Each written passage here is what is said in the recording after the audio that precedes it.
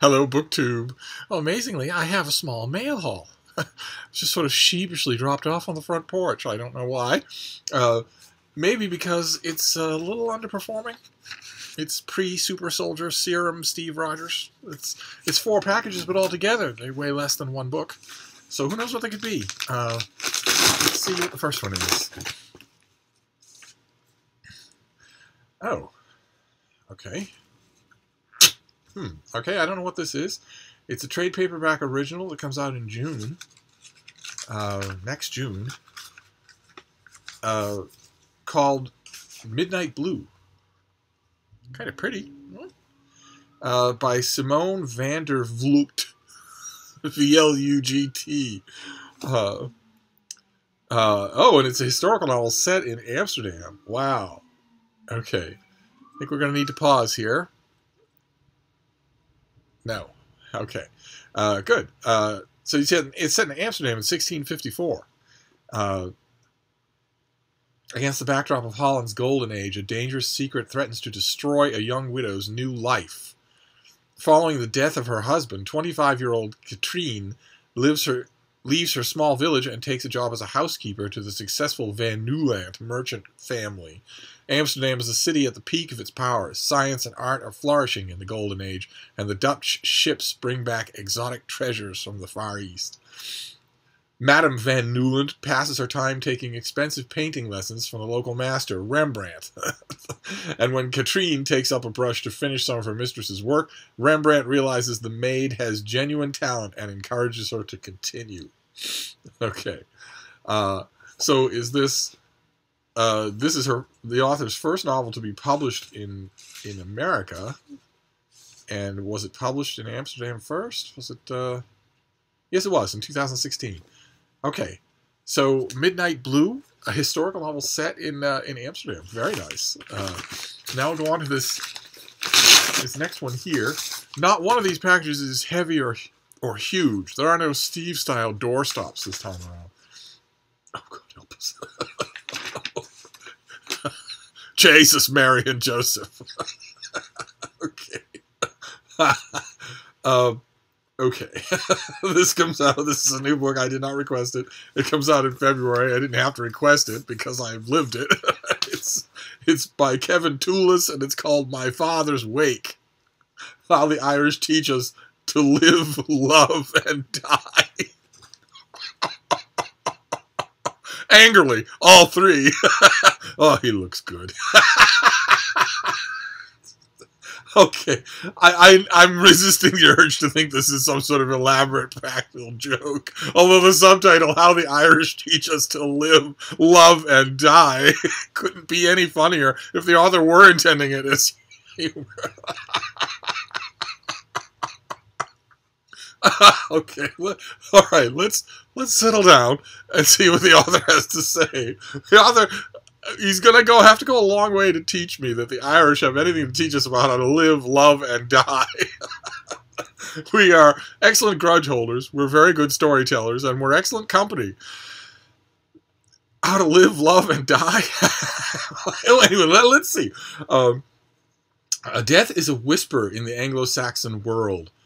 But on a remote island off the coast of Ireland's County Mayo, it has a louder voice. Along with reports of incoming Atlantic storms, the local radio runs a daily roll of the recently departed. The islanders have no fear of death, and the islanders go in great numbers, often with young children, to be with their dead.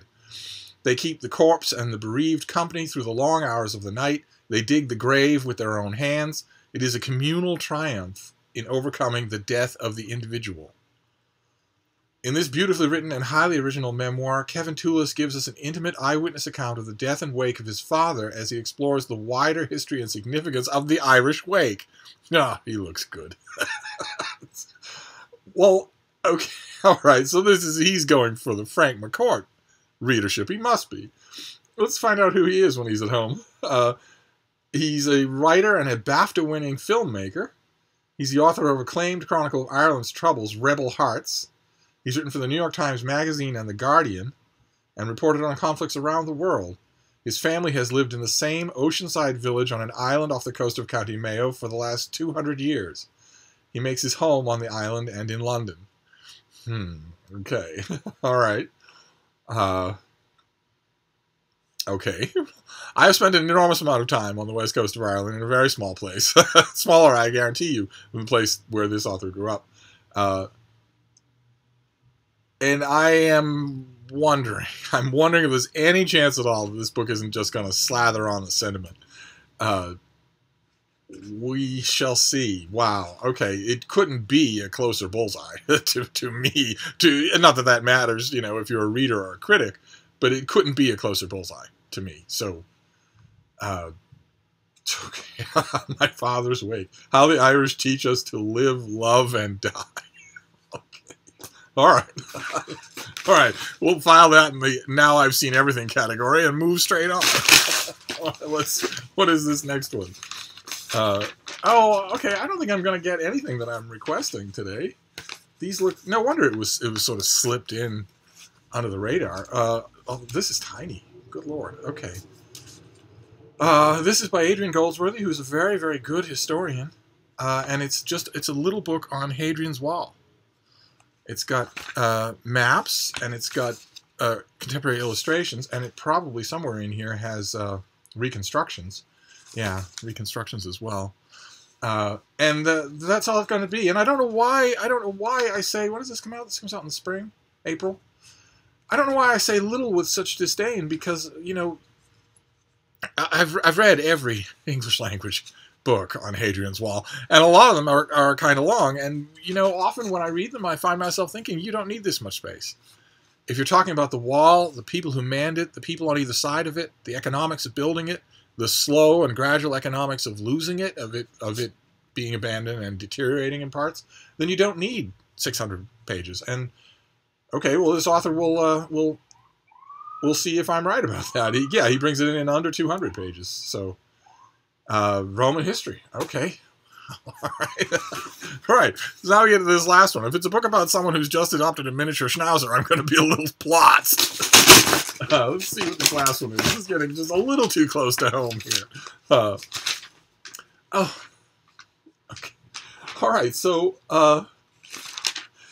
Well, I guess if you've lived 28 years and read nonstop the whole time, you're going to have personal connections with almost everything you encounter. But every single one of these 4 books has a personal, not a literary, connection with me, including this last one, which I did. This is a new novel by Stephen Macaulay. This is My Ex-Life by Stephen Macaulay. Huh. Okay. Okay. He's the author of 6 previous novels, including The Object of My Affection. And his writing blurb tells us he currently serves as co-editor of creative writing at Brandeis University. He has several properties listed on Airbnb in Massachusetts and New York, and owns a total of 0 toss pillows. He's a writer of gay comedies. Those of you who've read The Object of My Affection will know that. He's the writer of HBO-friendly gay comedies. So you're not going to have any shared needles or jagged tragedies in these things. Let's see what this one is.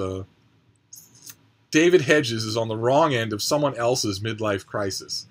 His longtime boyfriend Soren has left him for an older man. His best friend is trying to sell his Ocean View Bay Area rental out from underneath him, and the privileged students he helps write college admissions essays aren't getting any less bratty. Over on the East Coast, things aren't any easier for his ex-wife Julie. Ever since her second husband left, she's been renting out rooms in her rambling house on Airbnb to make ends meet, and struggling to get her daughter Mandy to care about college application process. And the plot is certainly going to bring them together again to see if they can make a go of it, if they can still be friends, maybe life partners. Great. Okay. Okay, so a new novel in May by Stephen Macaulay. So we have a new novel by Stephen Macaulay. Someday thereby hangs a tale. A little book on Hadrian's Wall, every inch of which I have walked, every inch of which I have studied, every inch of which I've rubbed my hands over. My Father's Wake, about the it's a book about the Irish Wake and about what it does and doesn't do for the community. We'll just have to see if it looks at it with anything like an Irish viewpoint, or if it's just, you know, the cod Irish American viewpoint that is heavy on the sentiment and light on the a-holery. And then Midnight Blue, set in one of my favorite countries, in one of my favorite time periods of that country. So there we go. An admittedly strange little mail haul. So I'll wrap it up here, but I'll see you soon. Thank you, BookTube.